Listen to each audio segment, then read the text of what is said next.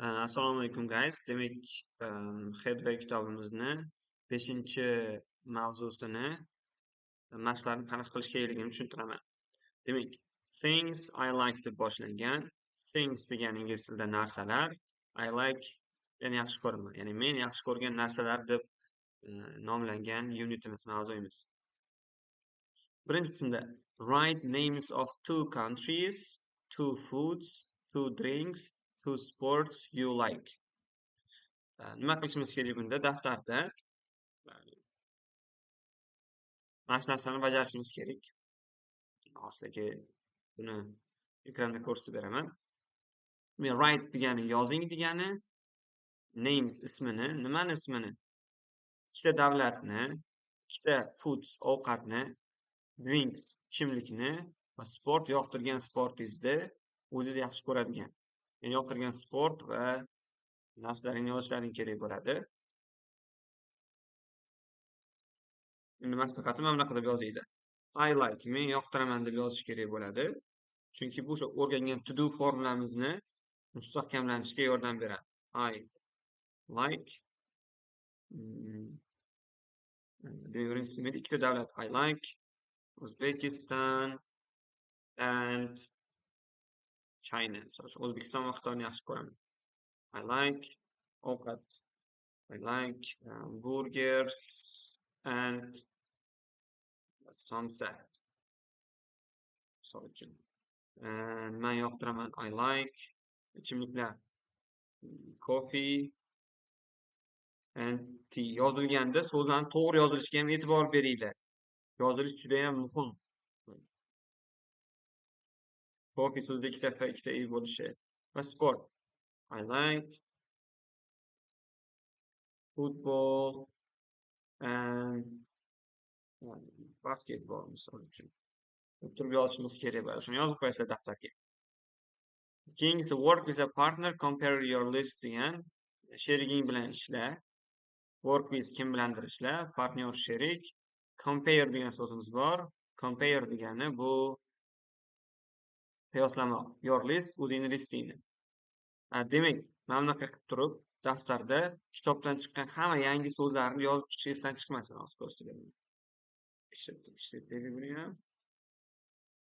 Shu nima so'z chiqdi? Write degan so'zni bilmayman, yozaman. Write nima degani? Yozmoq. Keyin nima so'zim bor? Food degan so'zni bilmaymanmi, yozaman. Ovqat. Partner degan so'zni bilmaymanmi, yozaman. Sherik. Compare degan so'zni bilmaymanmi, yozaman. Compare. Taqqoslamoq. Hamma yangi so'zlarni. List degan so'zni bilmaymanmi, yozaman. Ro'yxat. Hamma yangi so'zlarni, qoidalarni yozib chiqish shart. Demak, birinchi mashqimizga o'tamiz. Likes, dislikes. Likes degani yoqtiradigan narsalar, dislike degani yoqtirmaydigan narsalar. Match the words and pictures debdi. Match degan so'z bilmaydiganlar yozamiz demak. Match moslashtir degani. Match moslashtirmoq. Moslashtir debdi. Words so'zlar. Word so'zlar va pictures. Picture o'qilishini qiynaladiganlar picturi demasdan yozib qo'yamiz. Picture deb o'zimizga tushunarli qilib daftarda. Picture degani surat, rasm degani. Rasmlar bilan so'zlarni moslashtir degan bizda mana rasmlar berilgan va mana bu box table ichida, to'rtburchak ichida bizda so'zlar berilgan. Bularni tarjimasini topib chiqamiz bilmaganlarimizni. Chicken tovuq go'shti degani, strawberries qulupnaylar, tea choy, tennis, Italian food Italiya ovqati, crisps bu chips degani, bor chips. Baseball, milkshake degani ichimlik, milkshake degan ichimlik bor. Rasmimizda bor 5-rasmimizda oxirgi rasm 16-rasm milkshake. Tomatoes, pomidorlar. Mana wine. O'qilishini yozib qo'yinglar. Ko'pchilik noto'g'ri o'qiydi mana shu so'zni. Vin deb o'qiydi. Vin emas, wine. Vino degani, beer, piva degani, chocolate, bilasizlar buni, shokolad, water, suv, swimming, suzish. Bularni men hozir tez yetib ketdim videoda, sizlar to'xtatib, bemalol yozib olishlaring shart. Yozib, tarjimasini yodlanishi kerak. Keyin o'shanga qaragan holda bir rasmlarni moslashtirib chiqasizlar. Sportlar, food, ovqatlar, drinks, ichimliklarga moslashtirib chiqishimiz kerak. Ikkinchi mashqda shulardan qaysi birini yoqtirasizlar, o'shanga птичка qo'shishlaring kerak, yoqtirmaydiganlaringga X qo'yishlaring kerak. Birinchi mashqimizda listen and repeat degan, buni eshitib chiqasizlar. Nimalarni yoqtirish, yoqtirmasligini adashmasam audioda aytib bergan. Listeningni qanaqa topamiz? Yana bir marta ko'rsatib beraman. YouTube'ga kiramiz. Endi agar meni videomni YouTube'da ko'rib turgan bo'lsanglar, Telegramdan qilsanglar bo'ladi. Telegramga kirasizlar. Telegramda bizda yozamiz Headway 5TH degani 5-chi degani. Keyin beginner degan kanal yozsanglar chiqadi. Guruhimizda ham bor o'zi. Kirganlaringdan keyin mana tepaga chiqib ko'ramiz. Mana 502-chi audioni topishlar. 9 mana shuni yozilgan. 502 ni topasiz. 502 ga kirasizlar-da eshitasizlar. 5.2 Things I like. I like chocolate. I like baseball. Demak, ko'rgan bo'lsanglar, rasmdagi gapni aytib berdi. I like chocolate. Menga shokolad yoqadi dedi bu qiz. I like baseball. Menga beysbol yoqadi deb bu bola aytdi. Ya'ni nimaga buni eshitishimiz kerak desanglar, bu eshitish qobiliyatlarini yaxshilaydi. Orqasidan takrorlashlaring kerak, o'shanga o'xshatib gapirishga harakat qiling. Ikkinchi mashq bu o'zlaring yoqtirgan 3 ta narsani aytishlaring kerak. Menga shu narsa yoqadi deb. Ya'ni menga yoqadi degani I like degani edi. Birdaniga menga yoqmaydi deb 3 tasini aytib ketsanglar bo'ladi. Buni sinfda vaqt bo'lsa, sinfda ham qilishimiz mumkin. Ya'ni I like deysizlar-da, 3 ta narsani yozasizlar. I like milkshake misol uchun. Menga milkshake yoqadi. Va yoqtirmasanglar I don't like. I don't like beer. Menga pivo yoqmaydi misol uchun. Shunaqa qilib turib 3 ta narsani nomini aytishimiz kerak bo'ladi. Menga yoqadi, menga yoqmaydi. Uchinchi maqsadda yana eshitasizlar 5-3-chi audioni. Bu I don't like. Menga yoqmaydi degan qismi. Bosib aytganimdek 3 ta yoqmaydigan narsani aytasizlar. Demak, to'rtlar mana say degani nima degani? Say I think degani. Ularni gapirishlaring kerak bo'ladi. Ovozlaringni chiqarib aytinglar, uyda bo'lsanglar ham. Aytmoq. Chunki ovozlaringni chiqarib aytsangiz speakinglaring yaxshilanadi. Misol uchun I don't like wine. Menga vino yoqmaydi. I don't like chocolate. Menga morojniy yoqmaydi. I like football. Menga futbol yoqadi deb aytsanglar, tillaring o'rganadi o'sha narsaga. Keyin negativ, pozitivlarni bizga tushuntirgan. Buni men o'tganman, to'g'rimi? Formulamizni yana bir takrorlab olamiz. To do formulasi qanaqa edi bizda? To do'da bizda birinchi subject keladi. Keyin verb, fe'limiz keladi. Qarshisida he, she, it bo'lsa s yoki es qo'shamiz degan. Keyin object keladi. Ya'ni men televizor ko'raman. I watch TV. I subject bo'ldi. Watch ko'rmoq fe'l bo'ldi. TV object, televizorni ko'raman bo'ldi. He, she, it yoki birlik ot bo'lsa, unda s qo'shishimiz kerak. Misol uchun he watches TV. U televizor ko'radi bo'ladi. Nimaga es qo'shdim desak, chunki bizning subjectim he ga to'g'ri keldi. Negativ formulamiz qanaqa edi? Subject kelardi. Don't yoki doesn't ishlatardik. Keyin verb bir ishlatardi. Keyin object keladi.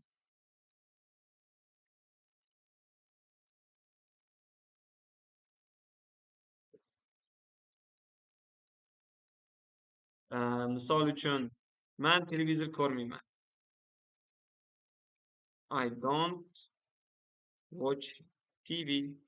I keldi. Subject don't keldi. Yordamchi fe'limiz keyin watch fe'lni birinchi shakli hech narsa qo'shilmagan. TV object keldi. Negativda u televizor ko'rmaydi. He doesn't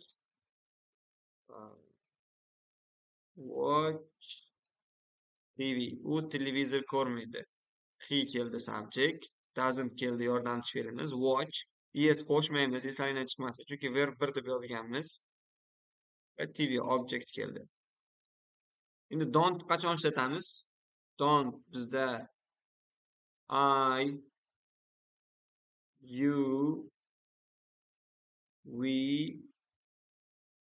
they olmoshlari va ko'plik ot bilan keladi. Ya'ni bizning subjectimiz I, you, we, they va ko'plik ot bo'lsa don't ishlatamiz ulardan keyin. Doesn't qachon ishlatamiz desak, doesn't bizda he, it va birlik ot bilan ishlatamiz. Ya'ni subjektimiz shu so'zlardan iborat bo'lsa, doesn't kelishi kerak bo'ladi. 5-mashqni eshitib to'ldirib olamiz. Audioni eshitsanglar, Dexter o'zi haqida gapirib beradi. Buni Telegramda eshitib tinglasanglar, keyin, masalan, videoni oxiriga olib qo'yasizlar-da, mani videomni ko'rib bo'lgandan keyin YouTubedan audiosini topib, men ko'rsatib beraman hozir shunda. Nima yozamiz? YouTubega ham Headway Beginner 5-edition Unit 5 deb yozsanglar keladi. Birinchisiga kirsak ham audiolari bor. Audio boshlandi. O'shandan biz hozir 5-4 topamiz. Dexter haqidagisini. 5-6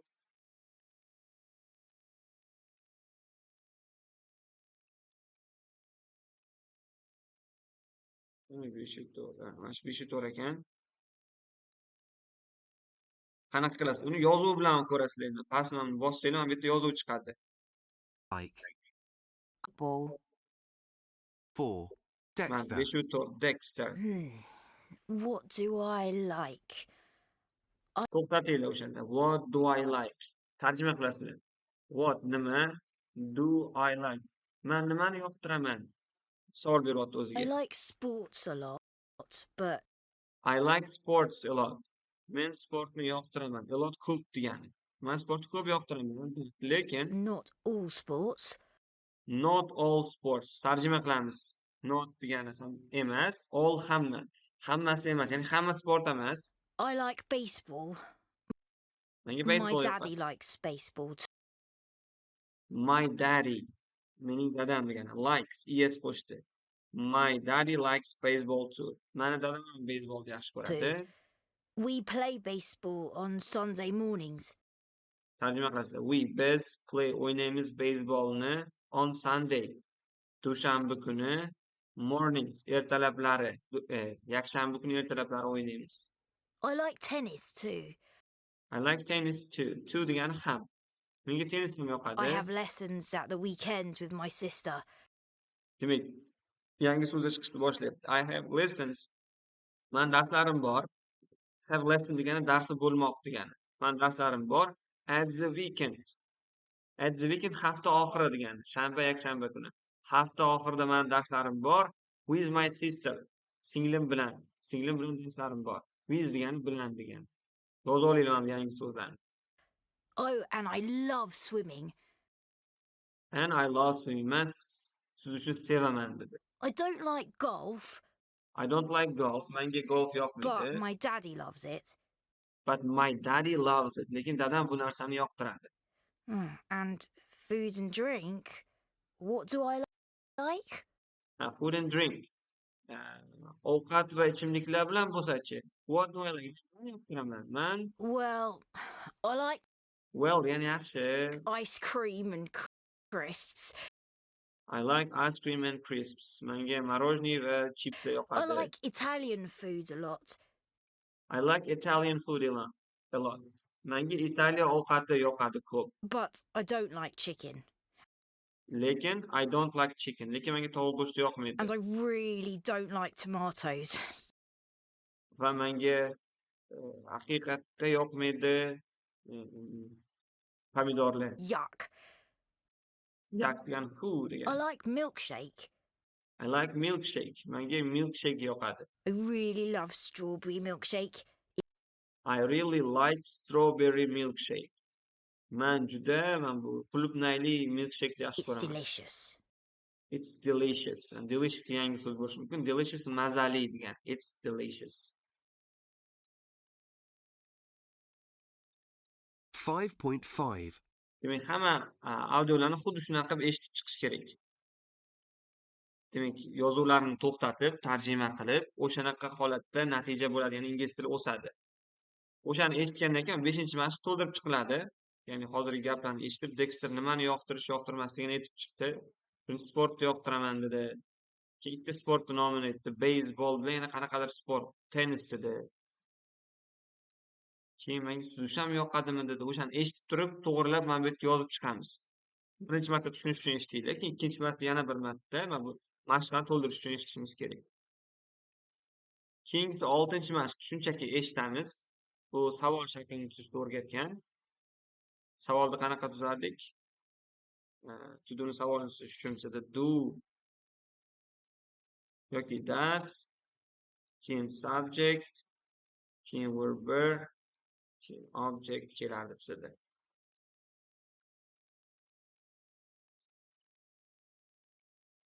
Demak, do so'chin sen televizor ko'rasanmi desam, do you watch TV bo'lardi. Endi he she'da does. Xuddi doesn't o'xshaydi. Ya'ni u televizor ko'radi. Does he watch TV deb ishlatamiz. Javob berganda ham, ha shunaqa qilaman desam, yes, I do.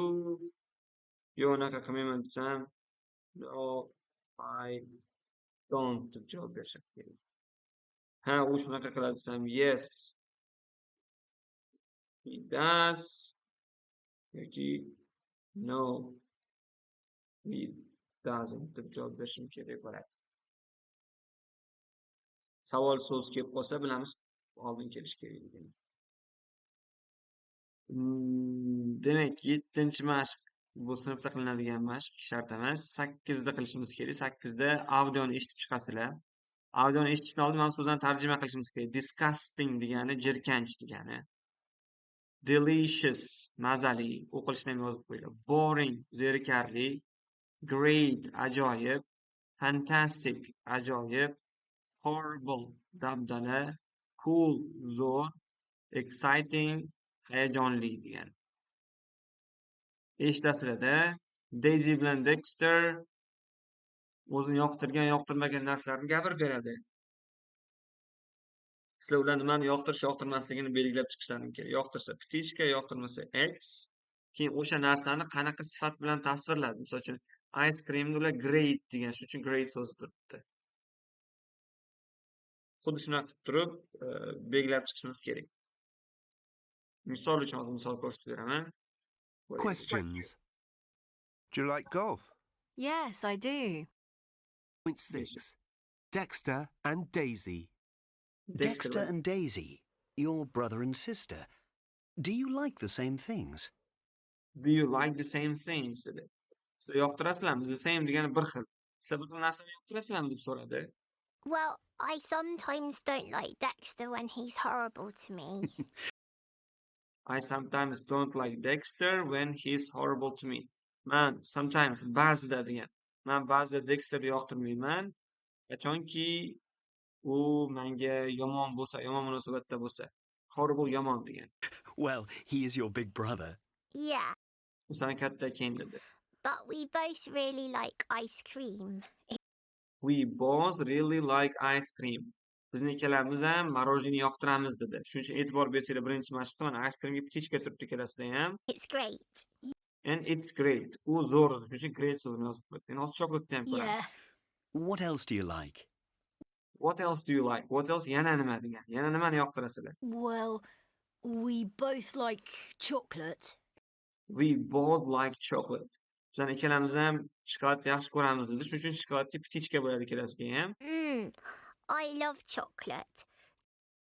Qiz aytyapti, I like chocolate. Menga shokolad yoqadi. Chocolate is delicious.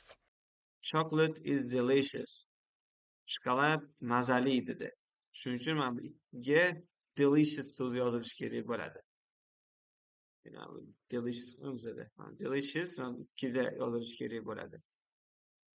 Qolganini ham 6 tani shunaqa qilib chiqasizlar oldigacha. 9 bizada Dexter bilan Daisy haqida ma'lumot berishimiz kerak bo'ladi. Ya'ni Zayn ishlatgan holda. Zayn nima degani? Ular. Ular shuni yoqtiradi, ular buni yoqtirmaydi deb o'zlaring mashq qilib ko'rsanglar bo'ladi, lekin bu ham sinfda qilinadigan mashq. Video bor xohlovchilar bo'lsa videoni ko'rsa bo'ladi. Bu ixtiyoriy, majburiy emas. YouTube dan qidirsanglar videosi chiqib keladi. Headway Beginner Unit 5 video desanglar, 5-unit videosi chiqib keladi. Keyingisi bizada Alex Life. Alexning hayoti haqida tekst berilgan. Sizga aytyapti, rasmga qara. Look at the photos. The title. Title degani sarlavha ma'lumot. Sarlavhasiga qara. Where is Alex from? Alex qayerdan dedi. What's his job? Uni kasbi nima dedi. What are his interests? Uning qiziqishlari nima? Ya'ni uni qayerdanligini, uni kasbi nimaligini va uni qiziqishlarini ga javob berishlari kerak. Uning uchun mana buni o'qib tarjima qilamiz tekstni. Tarjima qilishni men darsda o'rgatganman. Ya'ni birinchi hamma yangi so'zini topib chiqasizlar. Keyin mana bunaqa ismlar, Warsaw degan shahar nomlari, Poland, Polsha davlat nomlarini ajratishni bilinglar. Ular katta harf bilan yoziladi ko'pincha. Har bitta yangi so'zni, masalan, near degan so'zimiz yangi, yaqin degani. Yana nima yangi bo'lishi mumkin? Ballroom dancing. Ballroom dancing degani bu balet, raqsga tushish. Rasmni qarasanglar mana. Mana shu ballroom dancing deyiladi. Degan so'z yoki nima yangi so'zlarimiz bor. Languages o'qilishiga e'tibor beringlar. Til degani. Shunaqa yangi so'zlarni birinchi topib yozib chiqinglar. Kitobga bemalol yozaveringlar ustiga. Keyin o'shalarni qo'yib tarjima qilishga harakat qilinglar. Hi, salom. My name is Alex Brosko. Mening ismim Alex Brosko. I come from Warsaw in Poland, but now I live and work in Bristol. Men Varshavadanman, Polshadagi. Lekin, but degani lekin. Now, hozir I live and work in Bristol. Men yashayman va ishlayman Bristol shahrida. Xuddi shunaqa turib butun boshli tekst tarjima qilishimiz kerak.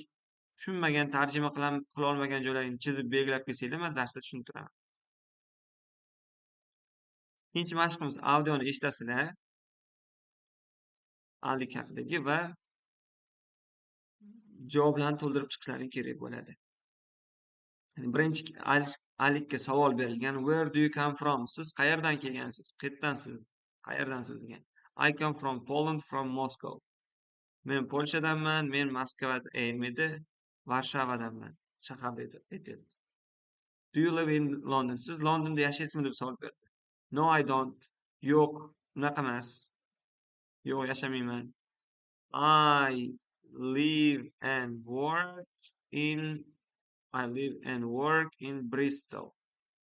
Shu tekstdan olasizlar. Tekstda yozganda men Bristol degan shaharda yashayman va ishlayman degan. O'shani yozasizlar. Keyingisida do you like Bristol? Siz Bristolda yoqtirasizmi?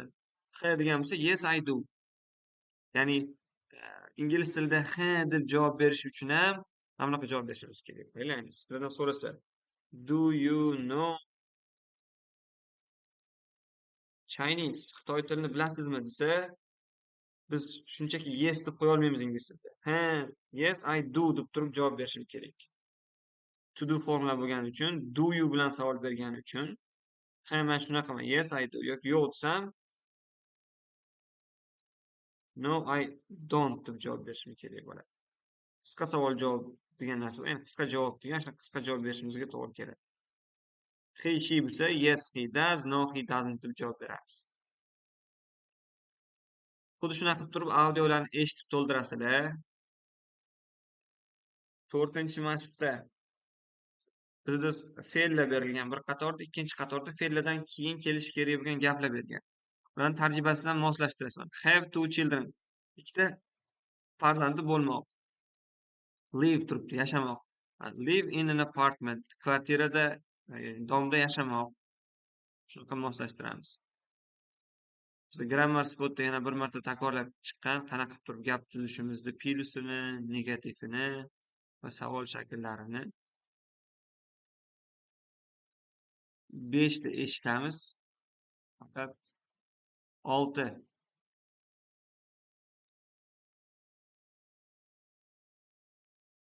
savollarni tuzib chiqishlaring kerak. Ya'ni e'tibor bersanglar, savollarda ba'zi bir gaplar tushib qolgan. Where you come from degan. Demak, savol gap. Question worddan keyin do kelish kerak. Where do you come from bo'ladi. Ikkinchisida do you san uyda yoki kvartirada degan, ya'ni domda degan. Demak, yashaysanmi bo'lish kerak. Bu yerda live bo'ladi. Bunda ham nimadir tushib qolgan, mana tushib qolgan narsalarni qo'yishga harakat qilasizlar. Yo do tushib qoladi yoki fail tushib qoladi, yoki ikkalasi ham tushib qolgan bo'lishi mumkin. O'sha savollarni to'g'rilab yozishlaring kerak. 7-mashq. Bizda ikkita gap berilgan, bittasi to'g'ri, bittasi noto'g'ri. Ya'ni formula bo'yicha to'g'ri bo'lsa to'g'ri, noto'g'ri bo'lsa noto'g'ri deb olasizlar. Birinchi gapda live you in Warsaw deb savol berib qo'yibdi. Savolda anaqa emas, savolda your question word, do, does, subject bo'lib kelish kerak edi. Ya'ni bu yerda do yo'q. Do bo'lganligi uchun, savol shakli formulasi bo'lgani uchun bu to'g'ri. Ikkinchisida ham e'tibor bersanglar, where do you come from? Sen qayerdan kelgansan? Savol so'z, do, subject, fe'l keldi. Ikkinchisida bo'lsa, where you come from? Where? Savol so'z kelgan, lekin do yo'q. Formula bo'yicha do kelish kerak edi. Shuning uchun birinchisi to'g'ri bo'ladi. Gaplarni to'g'ri noto'g'riga ajratib chiqasizlar. 46-bet. Bizda tillar va millatlar haqida ma'lumot ketgan. Bizda davlatlar bor. Buni o'tgandek eslaringlar bo'lsa, misol uchun O'zbekistonda yashaydigan odamlar o'zbeklar bo'lardi. Demak, bizda England degan Angliya degan, Angliyada yashaydigan odamlar inglizlar bo'ladi. Turkiyada yashaydigan odamlar Turkish, turklar bo'ladi.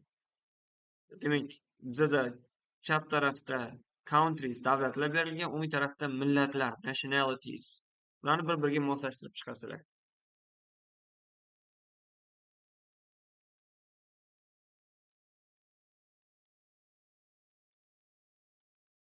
Uchinchi mashq.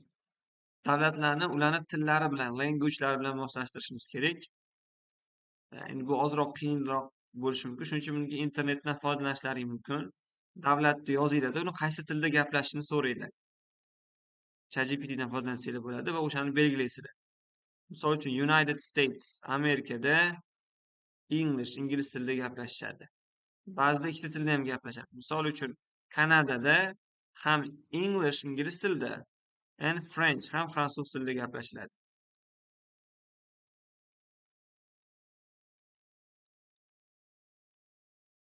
Keyin 3-chi mashqlar ixtiyoriy, bular darsda qilinishi kerak. Xohlasanglar qilib qo'ysanglar bo'ladi. Ya'ni savol berishlaring kerak. 4ta what language do they speak? Endi rasm berilgan 4ta rasm. Birinchi ular kim deb savol berishlaring kerak. Yo, savol emas, birinchi javob. Ular misol uchun birinchi rasmdagi ko'rlar qayerdan deb o'ylaysizlar? Menimcha ular Angliyadan. Demak, men nima deyman? Menimcha degani I think. Menimcha I think they are bular Irish debdi, men English deyman. I think they are English. Yozish shuni men. Menimcha ular ingliz deyman. I think they are English. Bu ixtiyoriy boya aytganimdek. Menimcha ular ingliz dedim. Keyin 4-mashqda qaysi tilda gaplashadi? I think menimcha ular ingliz tilida gaplashadi. I think they speak English.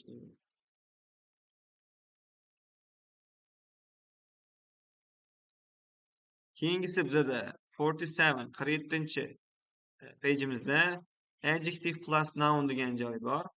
Adjective degani sifat, qanday qanaqa so'roqqa javob bo'ladi, noun degani ot. Biz endi sifatlar bilan odatlarni birga kelishini ko'ramiz. Ya'ni kitob emas, yangi kitob.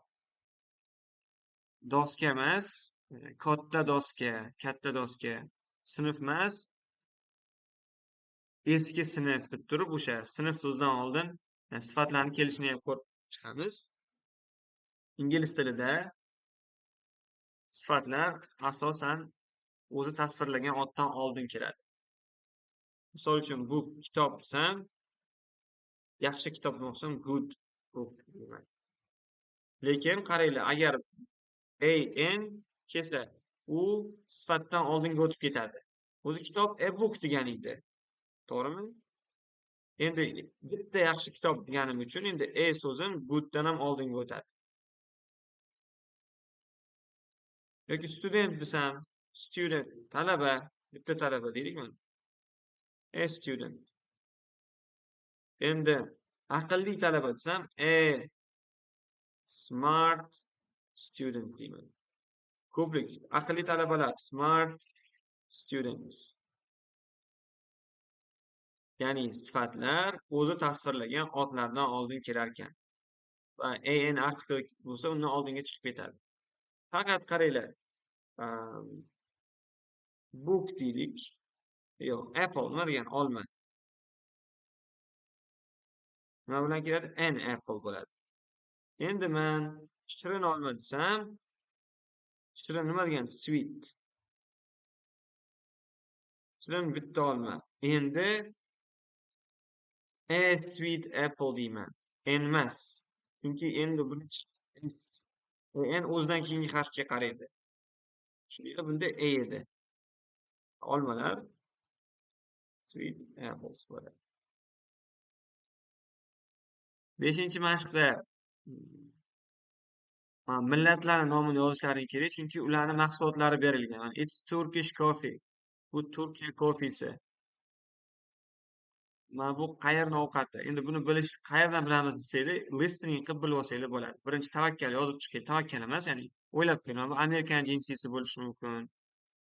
Mana bu bilmadim, bu Irlandiyanikimi? Ha, bu Germaniyani pivasi bo'lishi mumkin. Honda deb turibdi. Demak, Yaponiyani nimasi? Mashinasi bo'lishi mumkin.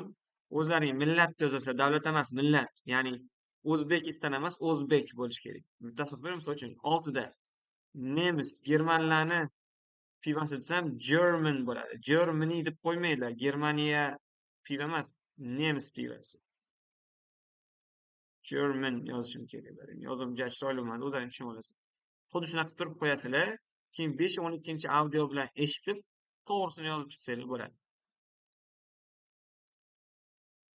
6-7-mashqlar bular darsda qilinadigan mashqlar. Xohlasanglar qilib qo'yishlaring mumkin. Endi mana have, bor, eat, yemoq, drink, ichmoqdan foydalanib, shularning qaysi sizlarda bor, qaysini yeysizlar, qaysini ichasizlar, o'sha narsa haqida ma'lumot bersanglar bo'ladi.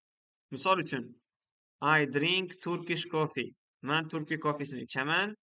I don't drink German beer. Men Germaniya pivosini ichmayman, misol uchun.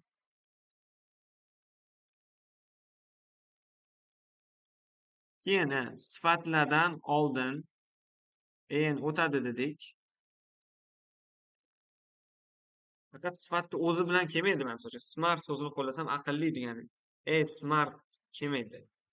Ot bo'lmasa, adjective'ni o'zi bilan an qo'lla olmaymiz. Keyin sifatlarga hech qachon ko'plik qo'shimchasi qo'shilmaydi. Ya'ni smart deya olmayman. Ko'plik faqat otlarga qo'shiladi. Sifatlarga ko'plik qo'shimchasi qo'shib bo'lmaydi. Keyin listening and speaking qismi bor bizda, eshitish va gapirish. Bunda nima qilasizlar? Daniel va Tam Londondagi party ba'zida uchrashgan ekan. Rasmga qaraysizlar birinchi. Demak, mana bu kelasi ekan. Bittasi Daniel, bittasi Tim. Mana bu Tam, menimcha adashmasam, bu Daniel bo'lsa kerak. Va ularni eshit, conversation degan suhbat. Conversation yozib yodlab qo'yish kerak, suhbat. Do they know each other? Each other bir-birini degan. Bir-birini yozib ketish kerak. Chiqib qoldimi? Chiqaylik. Conversation. Suhbat. Keyin nima dedim? Each other. Each other. Birini.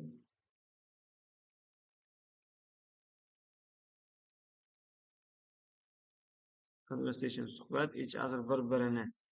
Shunaqa qilib yozib olishlaringki, ular bir-birini yaxshi biladimi?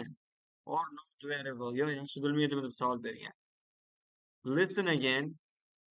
Yana bir marta eshit.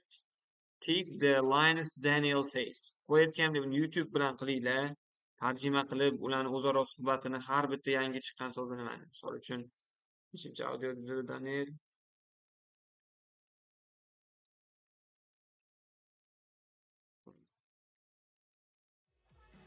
Hi there.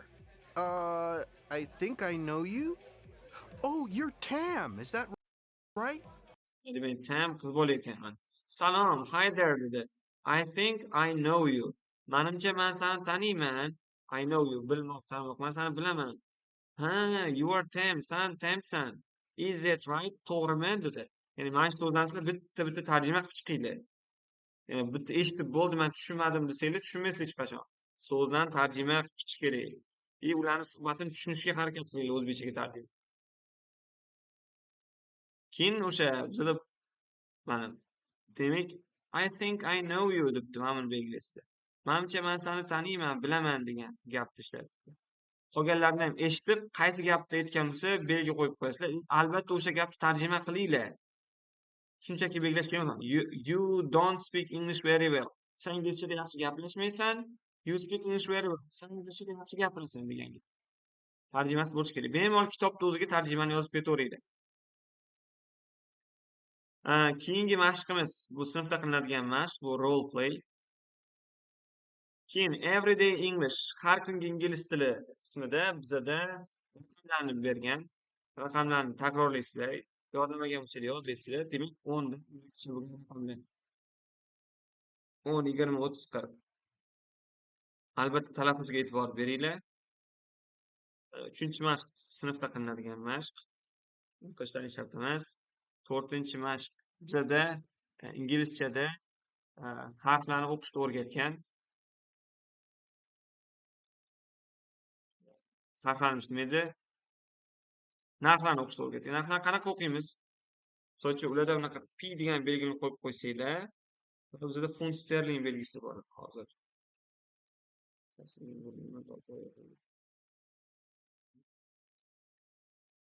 Qas mana bu belgi dollar belgisi bor bizada. Funt sterling chiqadimi?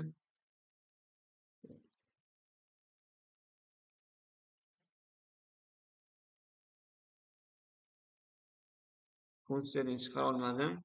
Unaqa F ga o'xshagan belgi bor ularda. Shuni ko'rsatayman sizga. Misol uchun mana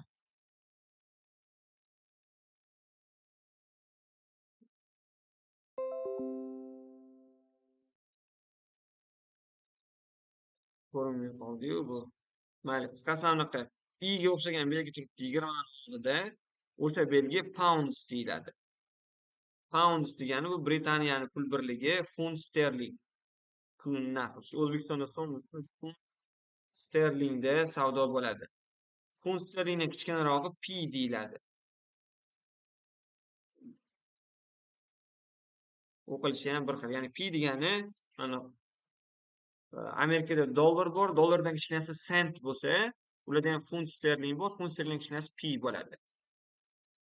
Endi oldida mana I belgisini qo'ysanglar, pounds deb o'qiysizlar. Pounds. Ko'plik qo'shiladi. 20 ta, 30 ta bo'lsa, 5 ta, 6 ta bo'lsa. Ya'ni 20 pounds degan. Agar bizda mana bunaqa yozib qo'ygan bo'lsa, o'shani yozadi. Keyin funt sterling belgisi kelsa, misol uchun funt sterling deb tasavvur qilaylik mana shuni.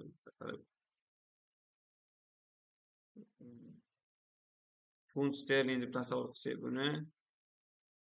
Keyin yana 50 turgan bo'lsa, bu 2 funt sterling u 50 p degani. Buni qanaqa o'qiysizlar? 20 pounds 50 p deb o'qiymiz. 20 pounds 50p. Bu narxlarga nisbatan kerak bo'ladi. Demak,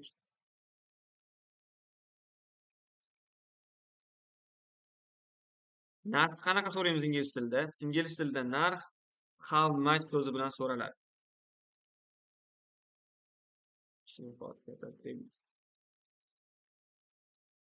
How much degani nechi pul. Endi bitta narsani so'rasak, how much is it?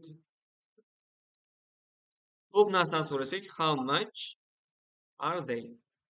O'z ma'nosini bildirib turibdi. How much is it? Bu nechi pul? Bitta narsa. How much are they? Ular nechi pul? Ko'p narsa. Javob berganda ham shunga qarab javob. Misol uchun, it is $100. Bu $100. yoki they are tepadaga yozib qo'yaylik. They are 20 pounds 50p. Ular 20 funt sterling u 50p turadi deb javob berishimiz mumkin.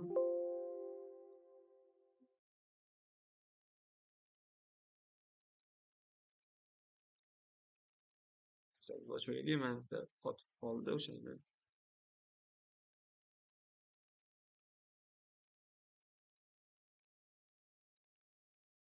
Shundayda narx so'raganda how much is it dan foydalanar ekanmiz. Birlik bo'lsa, ko'plik bo'lsa how much are they?